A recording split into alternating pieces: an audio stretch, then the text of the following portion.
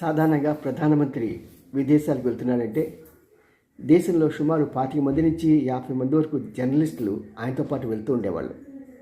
వారికి కావలసిన సకల భోగాలు ఫ్లైట్లోనూ, అదేవిధంగా ఆ దేశంలో కూడా ప్రభుత్వ ఖర్చుతో వెళ్తూ ఉండేవి. మరి మోడీ వచ్చిన తర్వాత మొట్టమొదటిసారిగా ఏ పత్రికా విలేకరిని కూడా తనతో తీసుకువెళ్ళలేదు. అప్పుడులో ఉన్న ప్రెస్ సెక్రటరీ దగ్గరికి వెళ్ళి, సార్ మీరు ఇలా తీసుకెళ్ళిపోతే మనకిని ప్రెస్ వాళ్ళకి ఉన్న సంబంధాలు చాలా చెడిపోతాయి అంటే, ఎందుకు చెడిపోతాయి?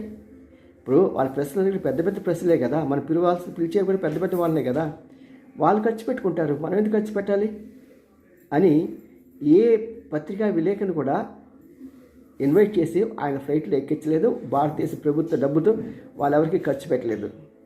మరి ప్రతి పైసా దగ్గర గుజరాతీడు ఎంత జాగ్రత్తగా ఉంటాడో చూడండి. అతను తెలుసు ప్రెస్ వార్త గొడవ పెట్టే సమస్య అని, కానీ దానికి